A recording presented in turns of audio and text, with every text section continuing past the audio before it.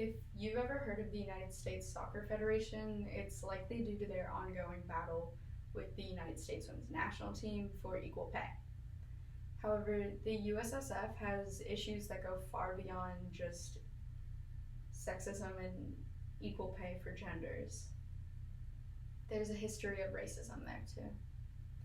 Soccer still remains a sport that lacks the diversity of the world, making the so-called world sport look less like a actual representation of the human population versus a select sampling of just a few.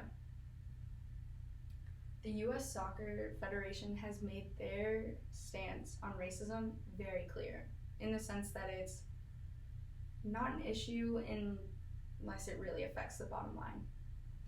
Going back to 2016 with Megan Rapinoe kneeling to show her solidarity with Colin Kaepernick, that was met with backlash because that wasn't seen as a profitable endeavor.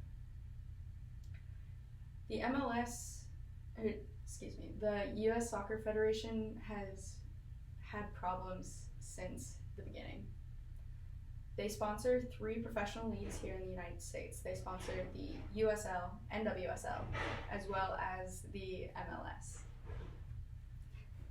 Since the MLS's beginning in 1996, there's been a history of racism among players and clubs and teams.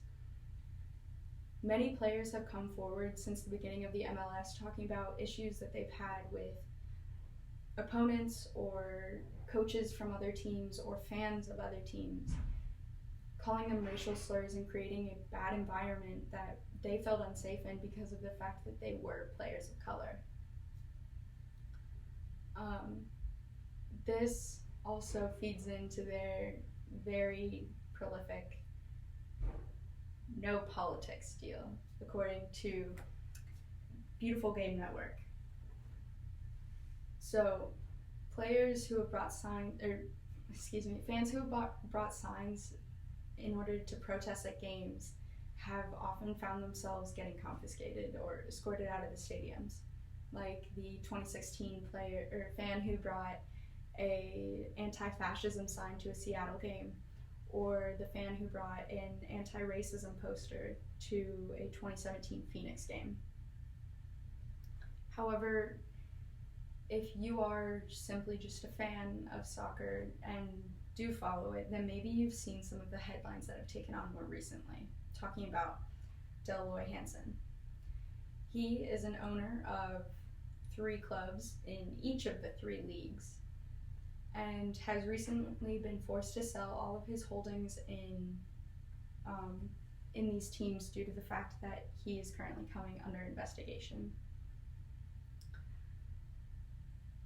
So he has to sell all of his ownerships and any endeavors he has with the team due to an investigation that's currently ongoing. He is being investigated by both the MLS and the NWSL. According to Sport Business, this investigation was started after Dell Loy Hansen made comments following the shooting of Jacob Blake. Players protesting the police brutality shooting of Jacob Blake refused to play in a game, and allegedly Hansen had said if this protesting continues, then he would be pulling funding from those specific teams. However, these issues of racism go far beyond just those who look at soccer as a business. Recently, U.S. Women's National Team starter Crystal Dunn was having a conversation with Bleacher Report talking about racism that is brought around by the broadcasters of the games. Dunn talks about how oftentimes you'll have Black players who are thought of as very strong or resilient or fast, usually words that are attributed to people of color. She talks about how they're more than that, and players need to be seen as intelligent, quick-witted, creative, and masters of a technical skill, because oftentimes players of color aren't given the recognition they deserve. So looking to the future, is there anything to look forward to? Absolutely.